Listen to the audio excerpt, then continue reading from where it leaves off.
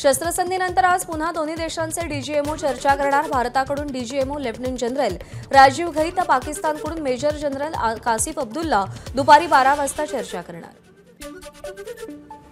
दहशतवाद्यांना धडा शिकवणं ऑपरेशन सिंदूरचं मूळ उद्दिष्ट, ज्या तळांवर आम्ही हल्ले केले त्याबाबत आम्हाला पक्की माहिती होती, डीजीएमओंचं वक्तव्य।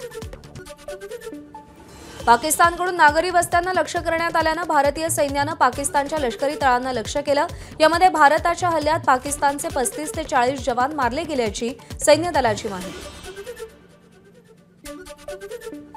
भारताच्या प्रत्युत्तरानं पाकिस्तान घाबरला, म्हणूनच पाकिस्ताननं शस्त्रसंधीची मागणी केली, तर पाकिस्तान डीजीएमओनं आम्हाला फोन केला आणि पाकिस्तानच्या मागणीनंतर आमच्यात चर्चा झाली, डीजीएमओची माहिती।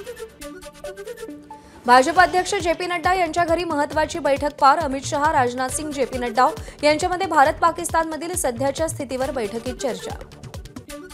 मुख्यमंत्री फडणवीसांनी वर्षा बंगल्यावरती सकाळी 11:15 वाजता उच्चस्तरीय बैठक बोलावली।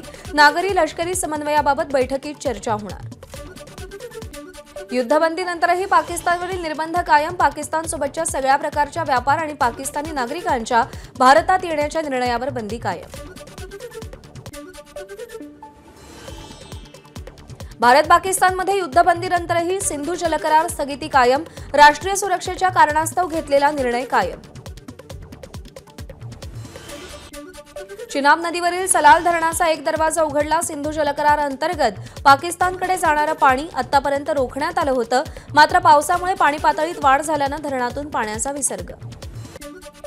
अनेक दिवसांनंतर भारत पाक सीमेवर शांतता। एलओसीसह सीमेवर कोणतेही हल्ले नाहीत। सीमेवर रात्र शांततेत, भारतीय लष्कराची अधिकृत माहिती। जम्मूमध्ये रात्रभरात कोणताही गोळीबार किंवा ड्रोन हल्ला न झाल्याची माहिती। सध्या जम्मू शहरामध्ये तणावपूर्ण शांतता। शहरात सर्वत्र चोख बंदोबस्त तैनात। जम्मू काश्मीरच्या पूंछमध्येही रात्रभरात कोणताही गोळीबार नाही। सध्या परिस्थिती सामान्य।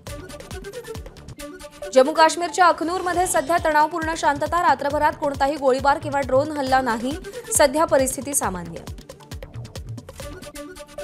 भारत आणि पाकिस्तान यांच्यातील युद्धाच्या तणावामुळे बंद असलेल्या जम्मू काश्मीरच्या शाळा पुन्हा सुरू करण्यासंदर्भात आज निर्णय होणार। भारत पाकिस्तानमध्ये युद्धजन्य परिस्थिती असताना सोशल मीडियावर फेक, भडकाऊ आणि आक्षेपार्ह पोस्ट। महाराष्ट्र सायबर विभागानं 5000 आक्षेपार्ह पोस्ट हटवल्या। भारत पाक शस्त्रसंधी आणि अन्य मुद्द्यांवर केंद्र सरकारनं संसदेचं विशेष अधिवेशन बोलवण्याची काँग्रेसनं मागणी केली। काँग्रेसचं सरकारला पत्र। माजी पंतप्रधान इंदिरा गांधी यांच्या आठवणीत काँग्रेसच्या एनएसयूआयकडून शक्ती मोर्चाचं आयोजन। एनएसयूआयचे राष्ट्रीय अध्यक्ष वरुण चौधरींच्या नेतृत्वात मोर्चा। पोप लिओ यांच्याकडून युद्धबंदीचं स्वागत। पोप यांच्याकडून जगाला शांततेच्या मार्गाने जाण्याचं आवाहन। हिंगोलीत वंचितनं तिरंगा रॅली काढली। युद्धामध्ये शहीद झालेल्या जवानांना श्रद्धांजली अर्पण करण्यासाठी आणि सैनिकांचं मनोबल वाढवण्यासाठी ही तिरंगा रॅली काढली। भारत पाकिस्तानमधील युद्धजन्य परिस्थितीमुळे थांबवण्यात आलेली आयपीएल 16 किंवा 17 मे पासून पुन्हा सुरू होण्याची शक्यता। 30 मे किंवा 1 जून रोजी आयपीएलचा शेवटचा सामना होणार, सूत्रांची माहिती। शस्त्रसंधीनंतर 27 तासानंतर जैसलमेर रेल्वे स्टेशन प्रवाशांसाठी सुरू करण्यात आलं। जैसलमेरहून गुजरातमधील साबरमतीसाठी पहिली गाडी निघाली। जैसलमेरमध्ये पडलेले क्षेपणास्त्राचे अवशेष लष्कराकडून निष्क्रिय। परिसरात अनेक संशयास्पद गोष्टी आढळल्याची पोलिसांची माहिती। नागरिकांना सतर्कतेचा इशारा। उपमुख्यमंत्री अजित पवार यांनी शहीद सचिन वंजे यांच्या कुटुंबियांची भेट घेतली। शक्य तितकी मदत करण्याचं अजित पवारांचं आश्वासन। पाकिस्तान पुरस्कृत दहशतवाद आता सहन केला जाणार नाही। पंतप्रधान नरेंद्र मोदींची कणखर भूमिका घेत पाकिस्तानला प्रत्युत्तर दिलं। अजित पवारांकडून मोदींचं कौतुक। संरक्षण मंत्री राजनाथ सिंग यांच्या हस्ते ब्रह्मोस चाचणी सुविधा युनिटचं उद्घाटन। या युनिटमुळे भारतीय लष्कराची ताकद आणखी वाढणार। परळीतील वैजनाथ ज्योतिर्लिंग मंदिरात भारतीय सैन्याच्या शौर्याला वंदन करण्यासाठी रुद्राभिषेक। नागरिकांची मोठ्या संख्येनं उपस्थिती। भारत माता की जयच्या घोषणांनी मंदिर परिसर दुमदुमला। मुख्यमंत्री फडणवीस, उपमुख्यमंत्री अजित पवार आणि शरद पवार आज एकाच मंचावर येणार। राज्य सहकारी बँकेनं यशवंतराव चव्हाण प्रतिष्ठानमध्ये आयोजित केलेल्या कार्यक्रमाला उपस्थित राहणार। मंत्री गिरीश महाजनांकडून स्थानिक स्वराज्य संस्थांच्या निवडणुका स्वबळावर लढण्याचे संकेत। इच्छुकांची संख्या मोठी, त्यामुळे दुर्दैवानं युती नाही झाली तर स्वतंत्र लढण्याचा निर्णय घेऊ, महाजनांचं वक्तव्य। इयत्ता 1ली ते 5वी त्रिभाषा सूत्राला विरोध। तिसऱ्या भाषेसंदर्भातील निर्णय शासनानं तातडीनं प्रसिद्ध करावा, मराठी प्रेमींची शासनाकडे मागणी। अन्यथा राज्यभर आंदोलनाचा इशारा। हिंदी सक्तीचा निर्णय जर स्थगित केला असेल तर अजूनही GR का नाही? ठाकरेंच्या शिवसेनेकडून सवाल उपस्थित। 1ली ते 12वीसाठी सर्व शाळांमध्ये मराठी सक्ती असावी, हा कायदा उद्धव ठाकरेंच्या काळात केला गेला। अरविंद सावंत यांचं वक्तव्य। मराठी माणूस आणि मराठी भाषेसाठी ठाकरेंची शिवसेना मैदानात, सावंतांचं विधान। मुख्यमंत्री फडणवीसांच्या हस्ते राजकोट किल्ल्यावरील शिवरायांच्या पुतळ्याचं लोकार्पण। उपमुख्यमंत्री शिंदेंसह शिवेंद्रसिंग राजे भोसले, नितेश राणे, नारायण राणे आणि निलेश राणेंची उपस्थिती। कणकवली तालुक्यातील करंजे इथे खासदार नारायण राणे यांच्या संकल्पनेतून गोवर्धन गोशाळा। मुख्यमंत्री देवेंद्र फडणवीसांच्या हस्ते गोशाळेचं उद्घाटन। जुलैमध्ये म्हाडाच्या 4000 घरांसाठी लॉटरी, यातील सर्वाधिक घरं ठाणे आणि कल्याणमधली असतील। सूत्रांची माहिती, तर ठाण्यातील चितळसर येथील 1173 घरांचाही समावेश। बीकेसीमधील वाहतूक कोंडीची समस्या सोडवण्यासाठी रस्ता रुंदीकरण आणि एकेरी वाहतूक व्यवस्था राबवण्यात येणार, MMRDAचा निर्णय।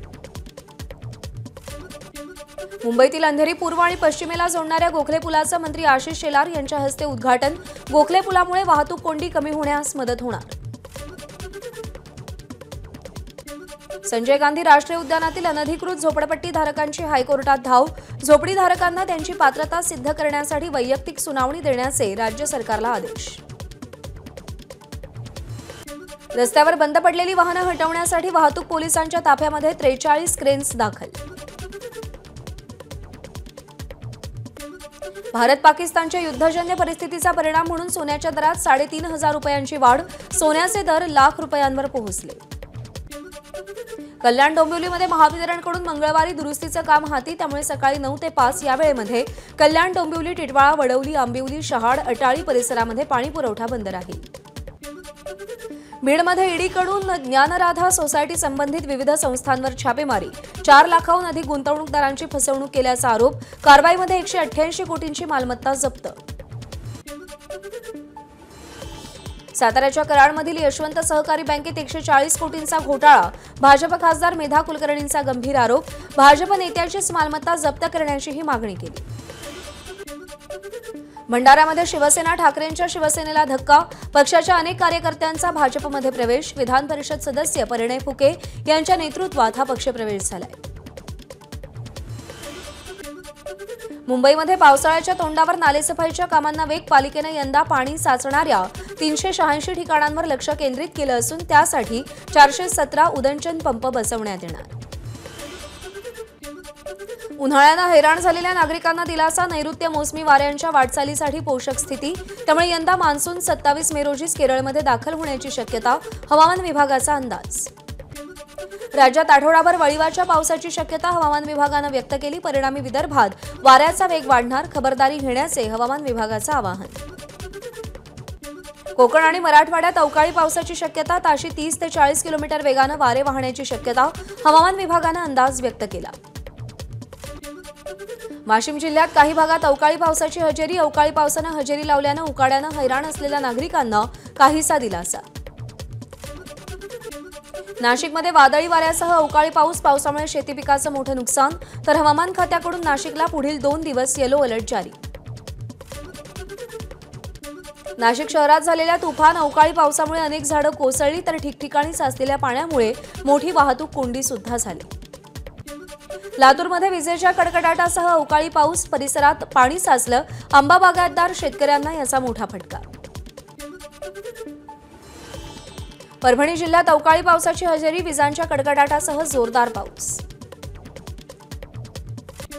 हिंगोली जिल्ह्यात वादळी वाऱ्यासह अवकाळी पावसाची हजेरी। वादळी वाऱ्यामुळे काही घरांचं नुकसान, शेतातील भाजीपाला आणि पिकांचंही नुकसान।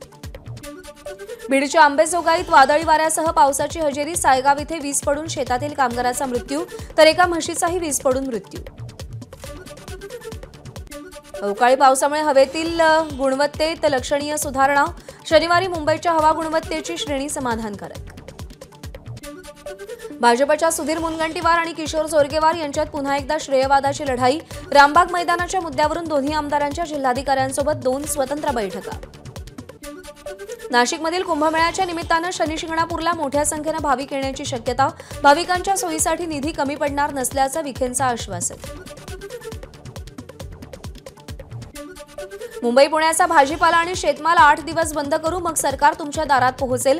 रविकांत तुपकर यांनी छावा क्रांती सेना अधिवेशनात कर्जमाफीसाठी इशारा दिला. कर्नाटकातील अलमट्टी धरणाची उंची वाढवण्यास कोल्हापूर आणि सांगलीकरांचा विरोध. 18 मे रोजी अंकली नाक्यावर त्या विरोधात चक्काजाम आंदोलन करण्यात येणार असल्याची आमदार सतेज पाटील यांची माहिती. बुलढाण्यामध्ये वाळू माफियांकडून समृद्धी महामार्गाचा अनधिकृत एक्सेस. तळेगाव पुलाजवळ साईड बॅरियर तोडून वाळू माफियांची वाहनं सुसाट. जिल्हा प्रशासनाचं मात्र दुर्लक्ष. नांदेडच्या वस्त्राणी परिसरातील जलशुद्धीकरण केंद्राजवळ दिवसाढवळ्या गोळीबाराची घटना. एकाचा मृत्यू तर आर्थिक वादातून गोळीबार झाल्याची माहिती. 1 जण ताब्यात. नागपूरच्या कामठी मार्गावरील फार्म हाऊसवर सुरू असलेल्या रेव पार्टीचा पोलिसांकडून पर्दाफाश. या प्रकरणी 4 जणांसह 4 महिलांनाही ताब्यात घेतलं. चंद्रपूर जिल्ह्यातील महादवाडी गावात वाघाच्या हल्ल्यात एका महिलेचा मृत्यू. गेल्या 2 दिवसात 4 महिलांचा वाघाच्या हल्ल्यात मृत्यू झाल्यानं गावात भीतीचं वातावरण. जालना जिल्ह्यात वाळू माफियांची दहशत. तहसीलदाराच्या अंगावर ट्रॅक्टर घालण्याचा प्रयत्न. जीव वाचवण्यासाठी तहसीलदाराकडून हवेत गोळीबार. गोंदी पोलीस ठाण्यामध्ये 4 आरोपींविरोधात गुन्हा दाखल. वर्ध्यातून कपाशीच्या बनावट बियाणांचा 50 लाख रुपये किमतीचा साठा जप्त. गुजरातमधून आणण्यात आलं होतं हे बोगस बियाणं. स्थानिक गुन्हे शाखेची कारवाई. एकाला अटक. पुण्यात भरधाव कारनं दुचाकींना उडवलं. घटना सीसीटीव्हीत कैद. अपघातात सुदैवानं कोणीही जखमी नाही. मात्र दुचाकींचं मोठं नुकसान. अपघातानंतर कार चालक फरार. गुन्हा दाखल. नांदेडच्या ग्रामीण पोलीस ठाण्याच्या हद्दीत जागेच्या वादातून मारहाण. हाणामारीत 2 जणांचा मृत्यू. हाणामारीत 2 जण जखमी. मारहाणीचा व्हिडिओ सोशल मीडियात व्हायरल. वर्ध्यातून कपाशीच्या बनावट बियाणांचा 50 लाख रुपये किमतीचा साठा जप्त. गुजरातमधून हे बियाणं आणण्यात आलं होतं. स्थानिक गुन्हे शाखेची कारवाई. एकाला अटक. भिवंडीच्या वडपे गावाच्या हद्दीतील रिचलँड कंपाऊंड परिसरात भीषण आग. मंडप डेकोरेशन गोदामासह 5 मोठ्या कंपनींच्या गोदामांना आग. आगीमध्ये 22 गोदामं जळून खाक. सातारा लोणंद मार्गावरती सालपेनजीक मिनी ट्रॅव्हल्स आणि ट्रकचा भीषण अपघात. अपघातात 3 मृत्यू तर 8 जण जखमी. भंडाऱ्यातील उमरेडच्या करहांडला अभयारण्यातील विलोभनीय दृश्य. F2 वाघिणीचं तिच्या बछड्यांसोबतचं मातृत्व प्रेम कॅमेऱ्यात कैद. जंगल सफारीवर गेलेल्या वन्यप्रेमी सिद्धेश मुणगेकर यांच्या कॅमेऱ्यानं ही दृश्य टिपली. मेट्रो ॲक्वालाईन 3 मार्गिका सुरू झाल्यानंतर शनिवारी पहिल्या दिवशी या मार्गिकेला प्रवाशांचा चांगला प्रतिसाद. सुट्टीचा दिवस असतानाही पहिल्या दिवशी 32,791 प्रवाशांचा मेट्रोनं प्रवास. टॅरिफ वॉरनंतर आता अमेरिका आणि चीनमध्ये व्यापारी कराराच्या घोषणेची शक्यता. काल दोन्ही देशांच्या अधिकाऱ्यांमध्ये जिनोव्हामध्ये बैठक पार. बैठक सकारात्मक झाल्याची माहिती. एबीपी माझा, उघडा डोळे बघा नीट.